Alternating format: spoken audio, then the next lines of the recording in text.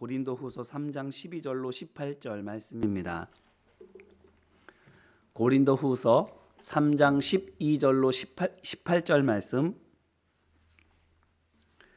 신약성경 289면에 있습니다. 제가 읽어드리겠습니다.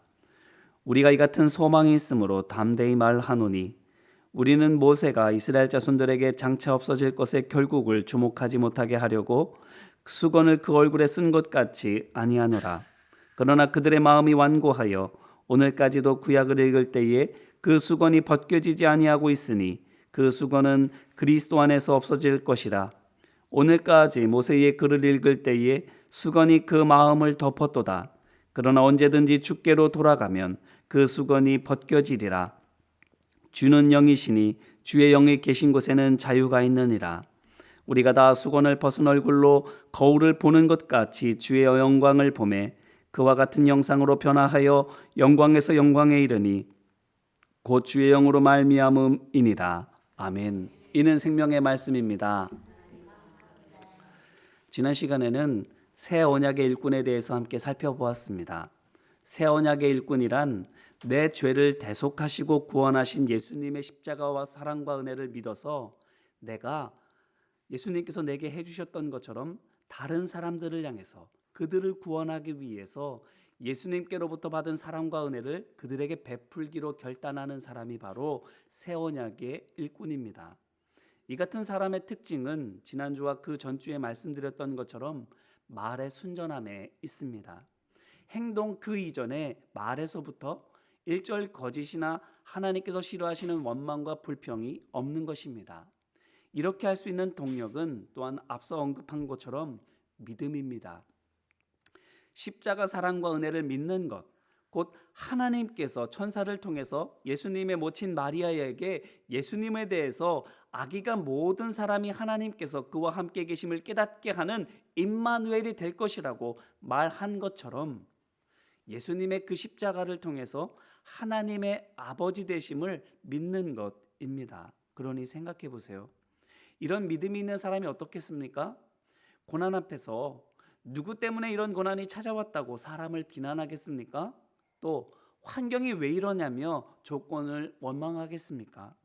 어떤 상황 가운데에도 그 모든 것을 주관하시는 하나님 분이 하나님이심을 믿기 때문에, 또한 그 하나님께서 내 아버지이신 것을 믿기 때문에 안연할 수 있을 겁니다. 이사야 선지자는 그와 같은 모습을 이사야서 53장 7절에서 이렇게 말합니다. 그가 곤욕을 당하여 괴로울 때에도 그의 입을 열지 아니하였으며 마치 도수장으로 끌려가는 어린 양과 털 깎는 자 앞에서 잠잠한 양같이 그의 입을 열지 아니하였도다. 아멘. 침묵입니다. 강요된 침묵, 입을 막아서 아무 말도 할 수 없는 침묵이 아니라 자발적인 침묵. 하나님을 견고하게 믿기 때문에 가만히 입을 닫고 평안 중에 하나님의 일하심을 기다리는 그런 침묵입니다. 그러므로 믿음이에요. 행동 이전에 말에서부터 세상 사람들과 다를 수 있는 것이, 예수님께서는 이것을 믿음을 지난 시간에 말씀드린 것처럼 눈에 비유하셨습니다. 눈에 들보가 들어있는 것은 편견과 아집에 사로잡혀 하나님을 하나님으로 보지 못하는 것이니, 그래서 하나님만 아니라 나 자신, 다른 이들, 그리고 삶의 모든 상황과 조건 마찬가지로 잘못 보는 것이니, 눈에서 들보를 빼어야 하나님뿐 아니라 나 자신과 다른 사람, 그리고 삶의 모든 상황과 조건에 대해서 바로 보게 되기 때문에 그때 비로소 하나님에 대해서, 나 자신에 대해서, 다른 사람에 대해서, 내가 처해 있는 모든 상황과 조건에 대해서도 바로 알고 바로 행할 수가 있다라고 말씀하신 겁니다. 이와 같이 새 언약의 일꾼이 되는 유일한 조건은 믿음의 눈으로 보는 겁니다. 믿음을 통해서 볼 때에 똑같은 것을 보더라도 전혀 다르게 보이기 때문입니다. 달리 보이니까 어떻게 돼요? 말이 다르고 행동이 다를 수밖에 없지요. 이제 이 말씀으로 우리 자신을 한번 돌아보기를 바랍니다. 지난 한 주 이 말씀을 붙들고 사셨을 텐데 어떤가요? 새 언약의 일꾼으로 살아오셨습니까? 알고 있는 하나님의 말씀으로 다른 사람을 판단하고 정죄하는 것이 아니라 오히려 긍휼하게 여기고 사랑으로 그 사람을 감싸 안아주는 새 언약의 일꾼이었나요? 노력해 보신 분들은 잘 아시겠지만 사실 하고 싶어도 잘 안 됩니다. 이유는 하나죠. 믿음의 눈으로 보지 않기 때문입니다. 뿐만 아니라 믿음의 눈으로 바라보는 것이 익숙하지 않아서예요. 그거는 그만큼 또 우리가 믿음으로 보고 믿음으로 생각하고 믿음으로 살아가는 것을 참으로 소홀히 여겨왔음을 방증해 주는 것이기도 합니다.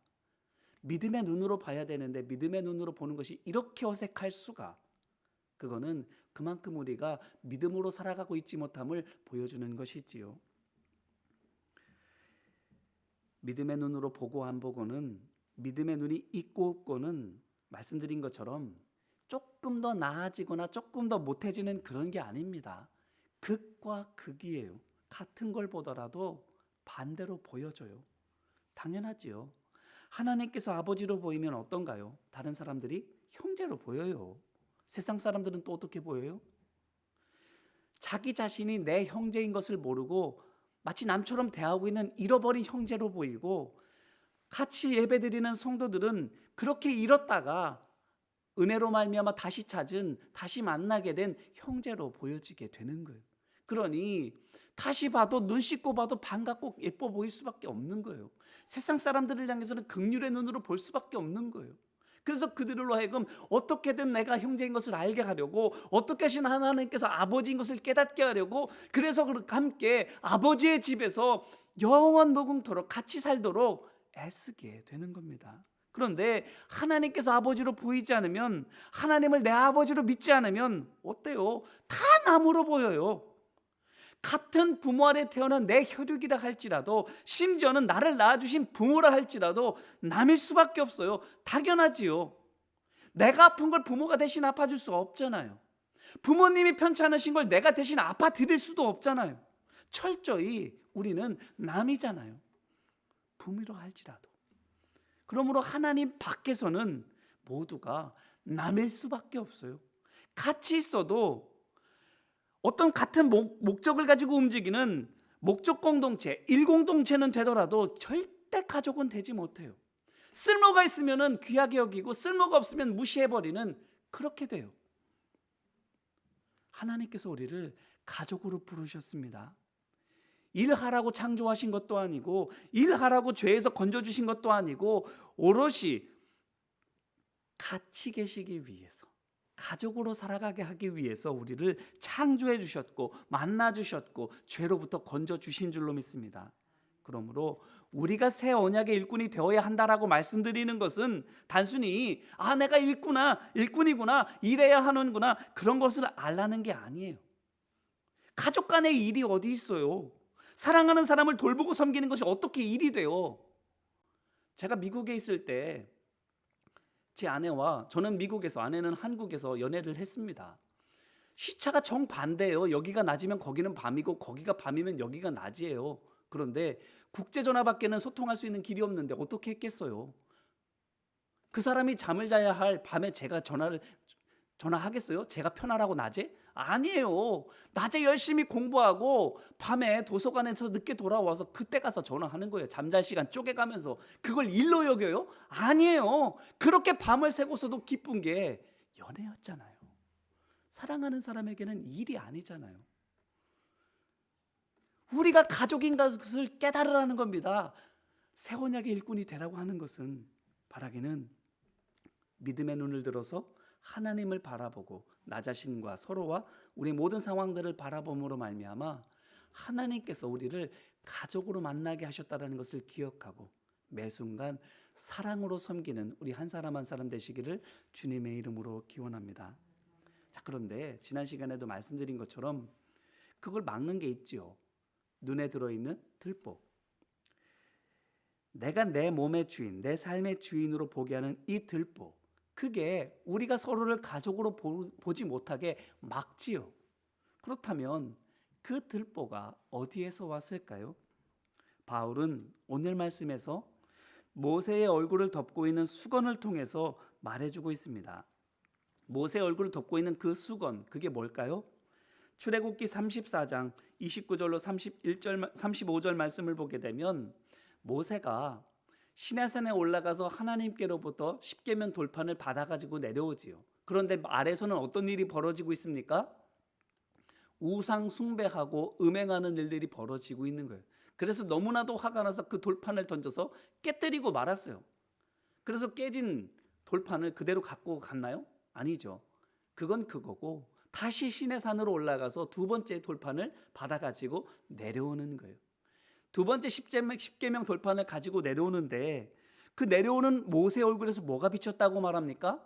광채가 비쳤다고 말하고 있어요.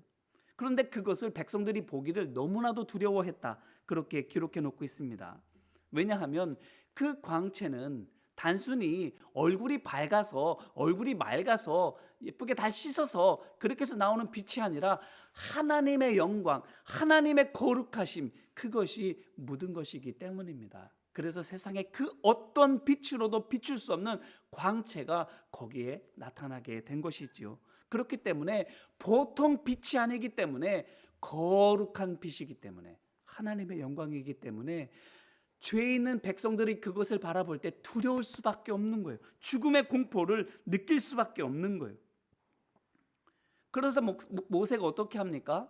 혼자 있을 때는 그 수건을 벗고 있다가 백성들과 만나야 할 때에는 수건을 얼굴에 덮어쓰고 같이 만나고 얘기했어요.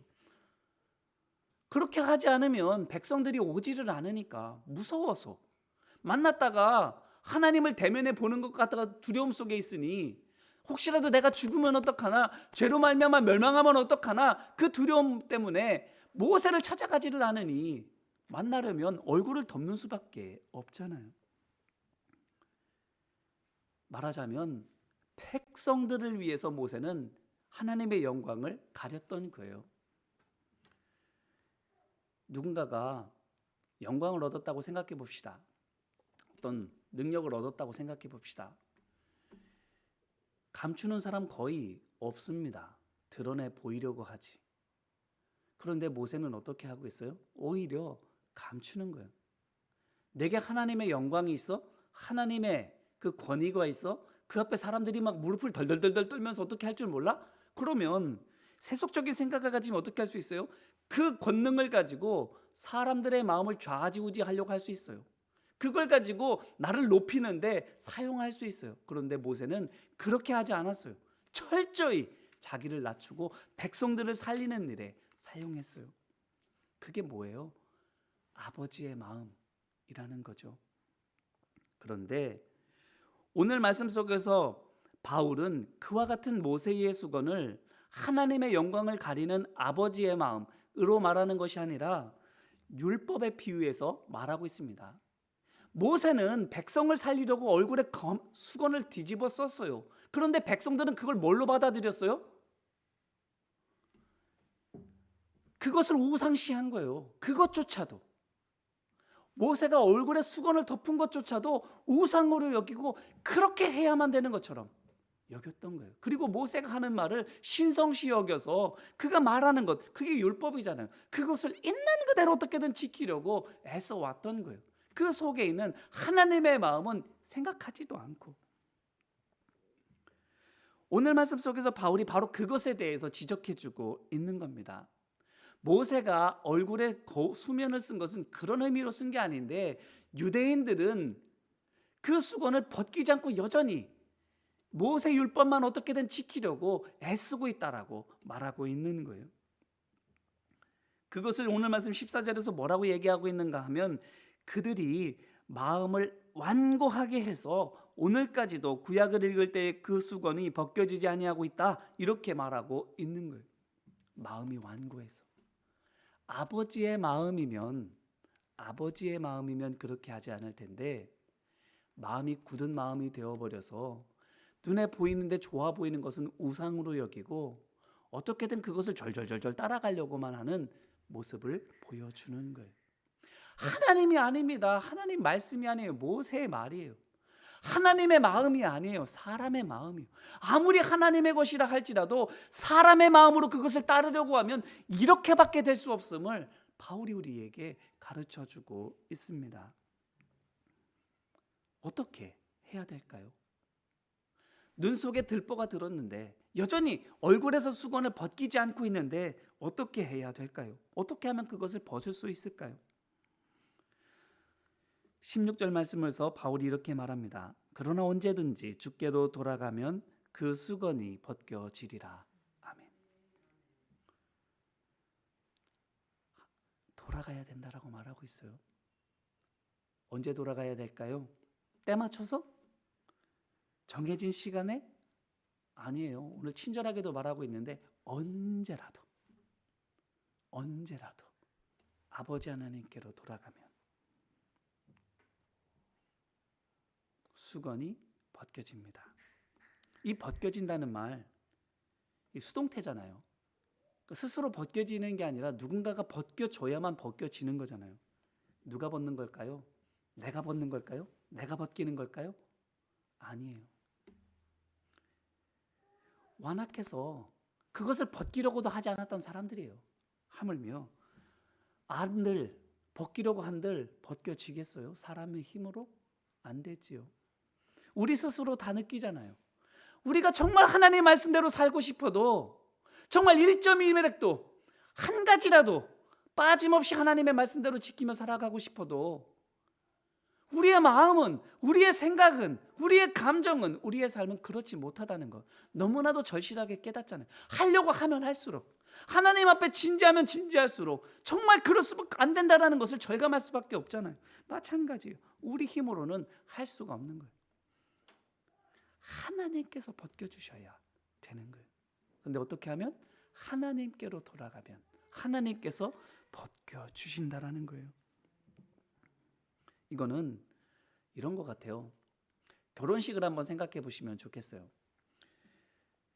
결혼식장에 남자와 여자가 서로 이렇게 남편과 아내가 이제 되려고 마주 서 있다고 생각해 보세요. 이 사람이 내 남편이다 라는 그런 생각이 없으면 웬 남자가 내 앞에 서 있고 그 남자가 내 얼굴에 쓰고 있는 면사포를 이렇게 들어서 입맞춤하려고 할 때 어떻겠어요?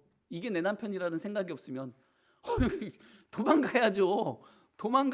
막 소리 지르고 이 사람 뭐 이러는 거다. 이 사람 나 성추행하려고 그래요. 막 그래야죠. 그런데 이 남자가 내 남편이구나 라는 것을 믿으면 어떡해요?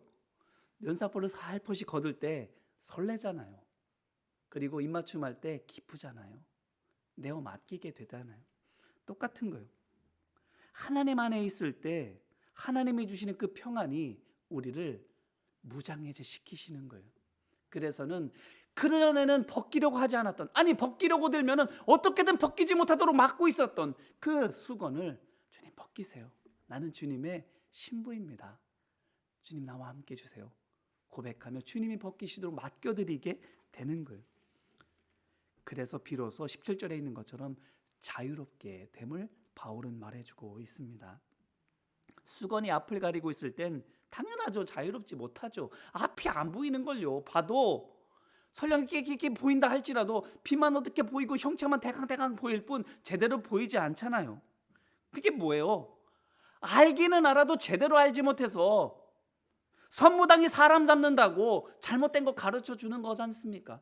소경이 소경을 인도한다고 나도 못 보면서 다른 사람도 다른 잘못된 길로 인도하고 있는 거잖아요. 그게 수건을 뒤집어 쓰고 있는 모습이잖아요. 그런데 가리고 있었던 수건이 거쳐지면 어떻게 됩니까? 제대로 보게 되는 거예요. 제대로 알게 되는 거예요. 그래서 바로 알려줄 수 있게 되고 바로 인도해 줄 수 있게 되는 거예요. 바울이 오늘 말씀 통해서 그것을 우리에게 전해주고 있습니다. 이 말씀으로 우리 자신을 다시 한번 돌아보기를 바라요. 그리스도의 향기된 성도의 삶, 그것은 새 언약의 일꾼된 삶입니다. 그런데 그것이 어떤 거라고요? 바로 보는 참 자유인, 참 자유로운 삶. 성령의 사람은 어디로 가는지 세상 사람이 감히 생각하지 못한다라고 예수님께서도 말씀하셨는데 그와 같은 자유로운 삶인 것을 오늘 말씀을 통해서 우리에게 가르쳐주고 있다면 우리는 어떤가요? 바로 보고 계시나요? 남편에게, 아내에게 하나님을 알지 못하고 예수님을 믿지 않는 우리 사랑하는 사람들에게 정말 주님에 대해서 말할 때, 정말 믿음의 삶, 믿음으로 걸어가는 길에 대해서 말할 때 정말 믿고 말씀하십니까? 정말 알고 그 길 걸어가고 계십니까? 그래서 좌로나 우로나 치우치면서 이게 맞나 저 길이 맞나 갈팡질팡하는 게 아니라 시온의 대로를 반드시 걸어가는 것처럼 두벅두벅 그 믿음의 길을 걸어가며 이것이 하나님의 따르는 믿음의 삶의 길이라고 가르쳐주고 그들을 그렇게 인도해주는 삶을 살아가고 있는지요? 혹시 우리 정말 수건이 여전히 우리 가운데 덮여져 있어서 제대로 보지 못하고 제대로 알지 못하고 그렇게 말하며 행하며 살아가고 있지는 않는지요? 바라기는 온전히 벗겨지게 되기를 주님의 이름으로 기원합니다. 우리는 벗을 수 없지만 주님 안에 거할 때 주님께서 벗겨주실 줄로 믿습니다.